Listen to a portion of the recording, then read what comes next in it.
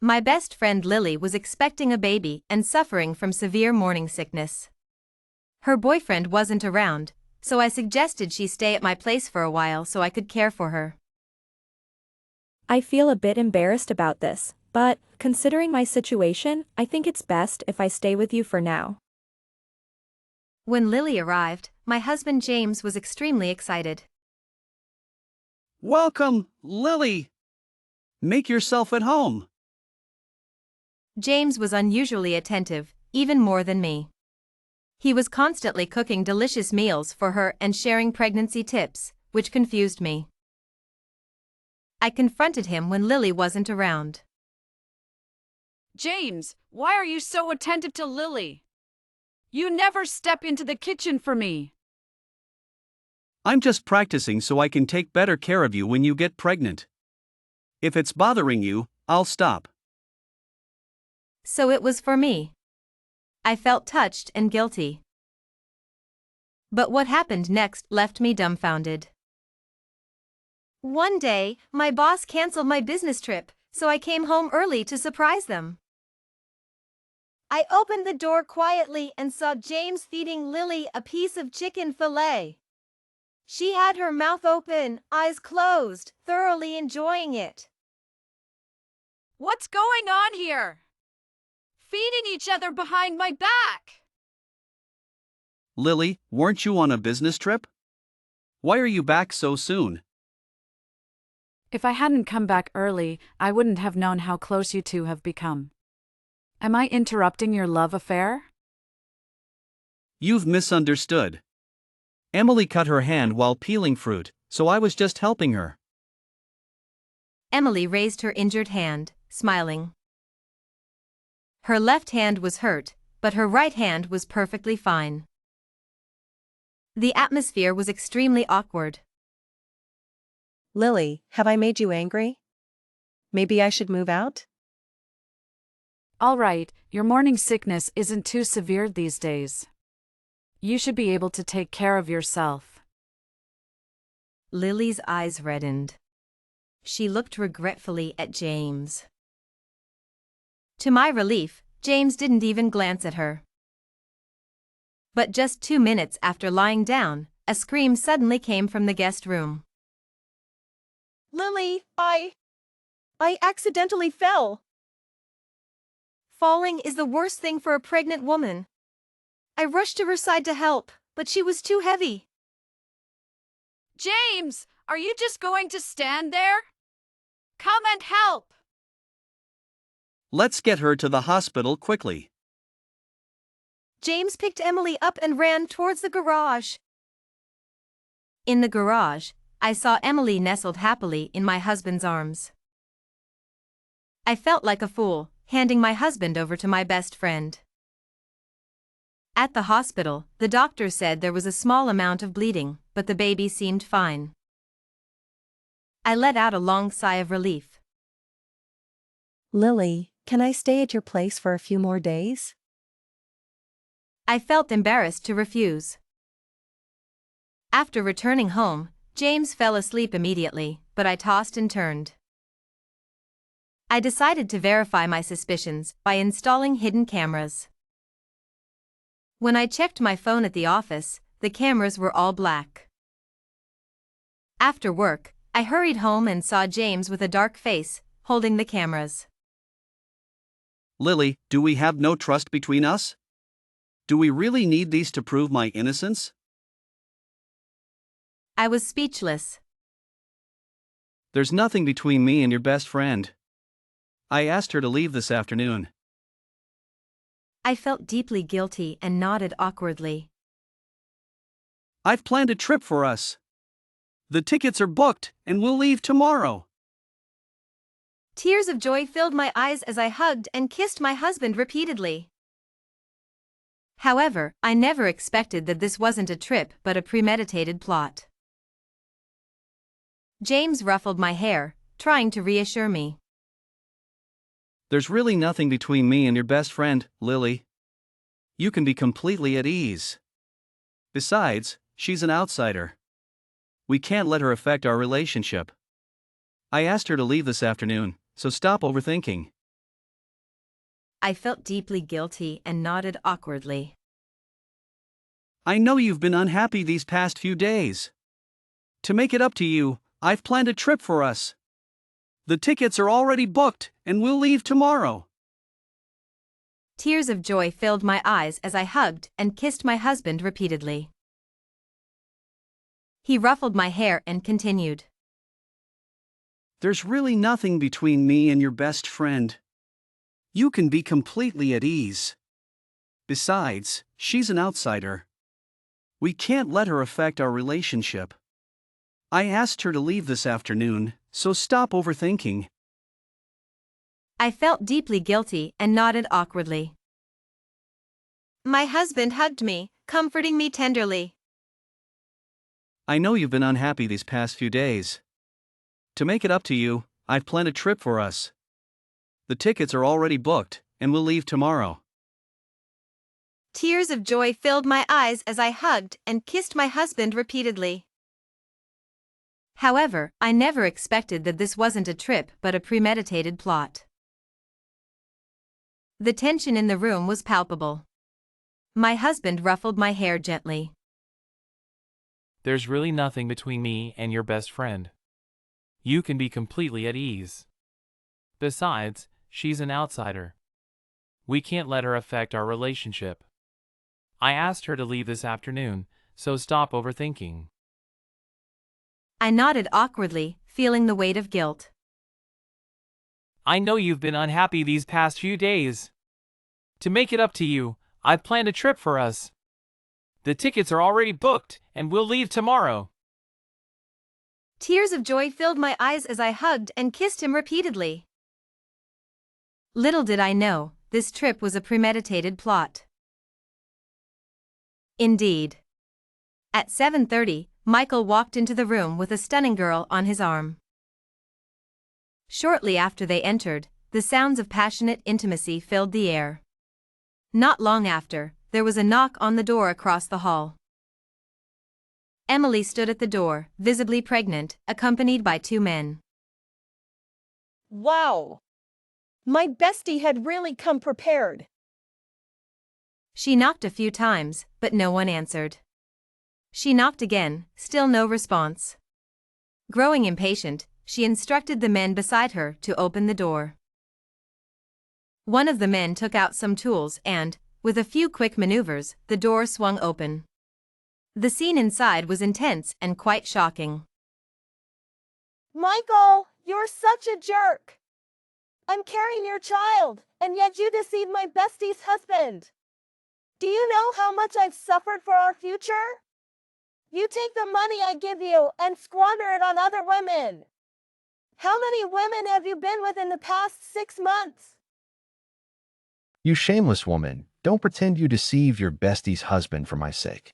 You've been eyeing him for a long time, and you're carrying my child while sleeping with him. You're disgusting. Why? Why do you despise me? Wasn't it your idea for me to deceive James? You heartless man.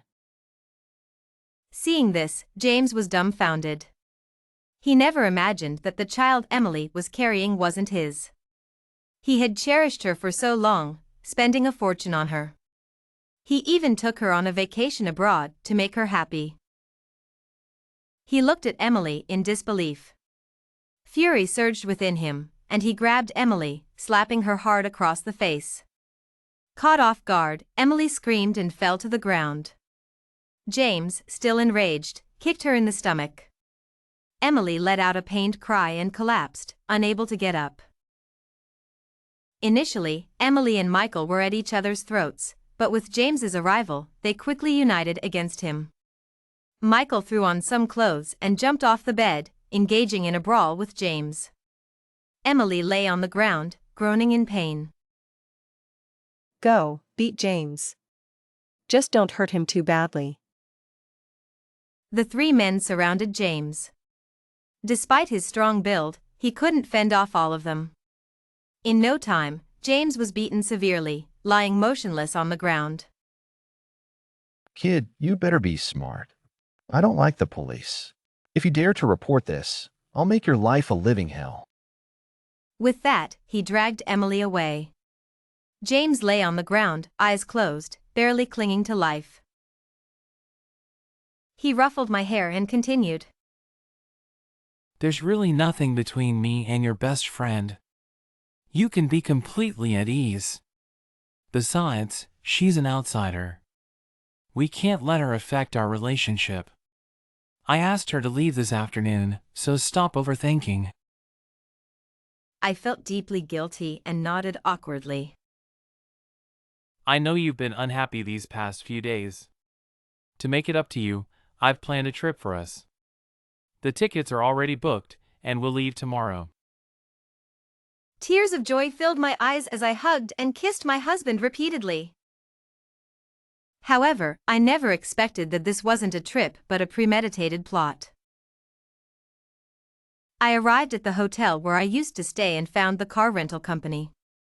I provided the license plate number to the front desk manager and asked where the car was. The car was almost totaled, and your husband has already compensated for it. It's now in the garage. They were planning to scrap it, but the owner is our boss, who has been on vacation abroad, so it has been delayed until now. I felt relieved. As long as the car was there, it wouldn't be hard to find evidence. I told them the brakes had failed and the seatbelt had issues. Our cars are all inspected, and such basic problems couldn't occur. Let me verify. He took me to the parking area.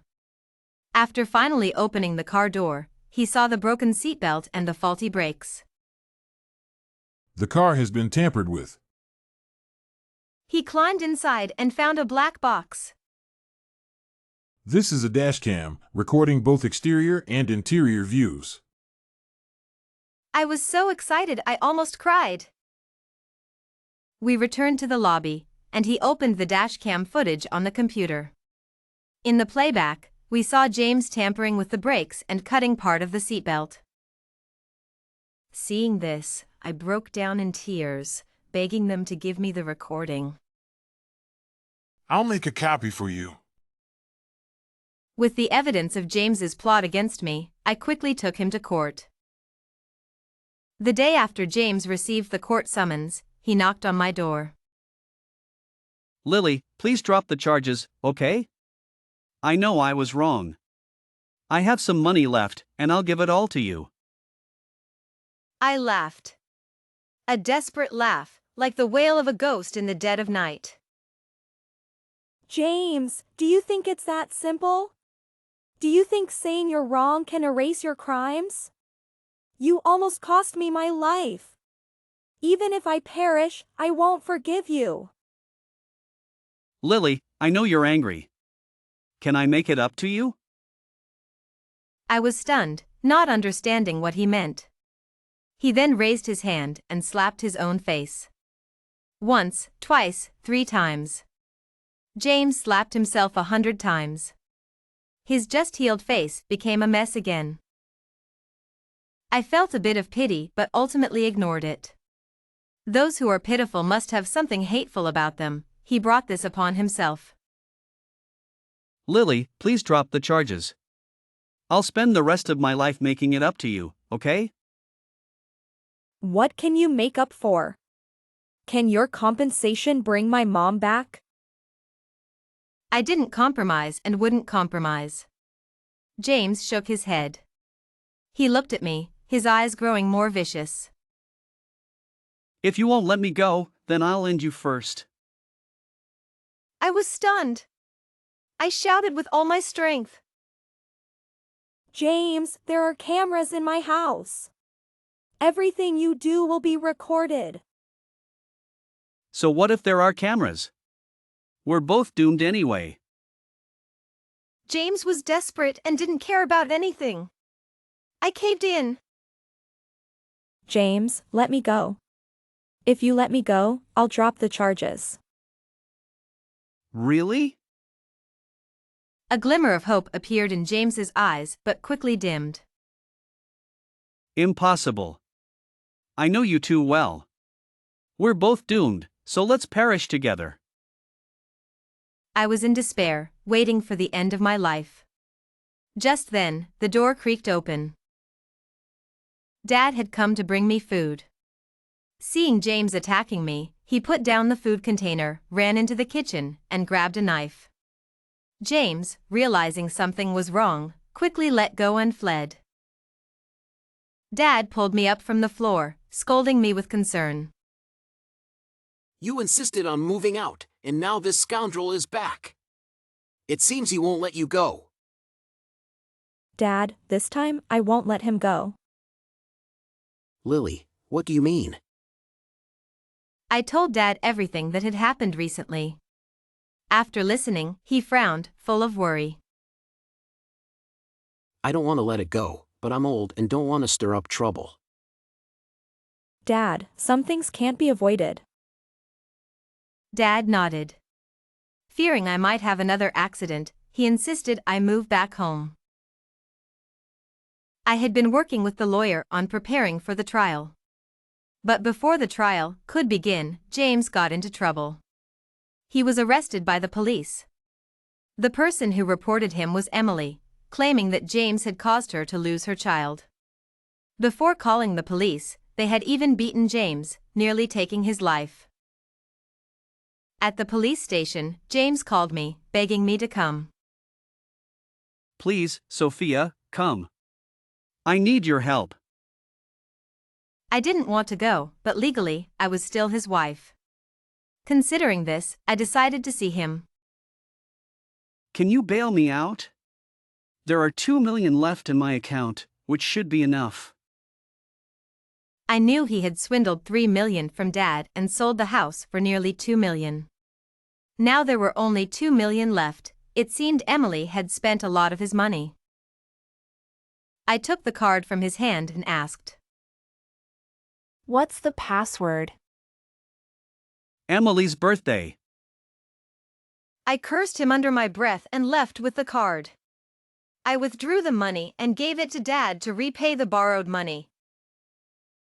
A day later, James called me, questioning why I hadn't bailed him out. Sophia, why haven't you bailed me out yet? James, why would I bail you out? You swindled so much money from my parents. Do you think I would bail you out? You're heartless, Sophia. James, the heartless one should be you. Just wait, justice will catch up with you. James fell silent, and then I heard the call disconnect. A week later, the court began to hear our case. On the day of the trial, James's parents also came. An elderly couple, nearly 80 years old. They knelt in front of me, tears streaming down their faces, begging me to spare James. Daughter-in-law, he's our only son. If he goes to jail, it will be the end of us. I helped her up and said, Mother, do you know my own mom is in heaven now, thanks to your son? The old lady was stunned, standing there in shock. I turned and left. In the hall, I immediately saw Emily. Her belly was flat, the child was really gone. Was it you who sent those messages to me and James that day? Yes. You really are ruthless and cunning, Sophia. Compared to you, my tactics are nothing. At least I didn't destroy your family. Emily cried, pointing to her belly, shouting, Didn't you? My child is gone. He was a boy, the boy I longed for. My heart ached. No matter what, it was a life. Tears flowed uncontrollably. I took out a photo of Mom and whispered to it. Emily, do you remember the handmade noodles my mom used to make? They were your favorite. But you'll never have them again because she was frightened to death by James. Emily was stunned. She knelt before me, crying. Sophia, I'm sorry. I was wrong. I shouldn't have listened to Michael and targeted you and James. Auntie, I'm sorry for eating so much of your food. The hall was silent. Only Emily's sobs echoed. The onlookers also shed tears, condemning the bestie's betrayal. With solid evidence, the trial went smoothly. James was sentenced to 10 years for 2 counts of attempted murder and defrauding my dad of a large sum of money.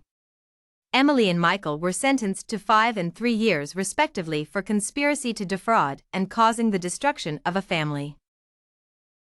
At the end of the trial, I filed for divorce from James. The judge granted it. After the trial, I took Dad to Mom's grave. Mom, the wrongdoers have been punished and all the grudges are settled. But my heart felt empty.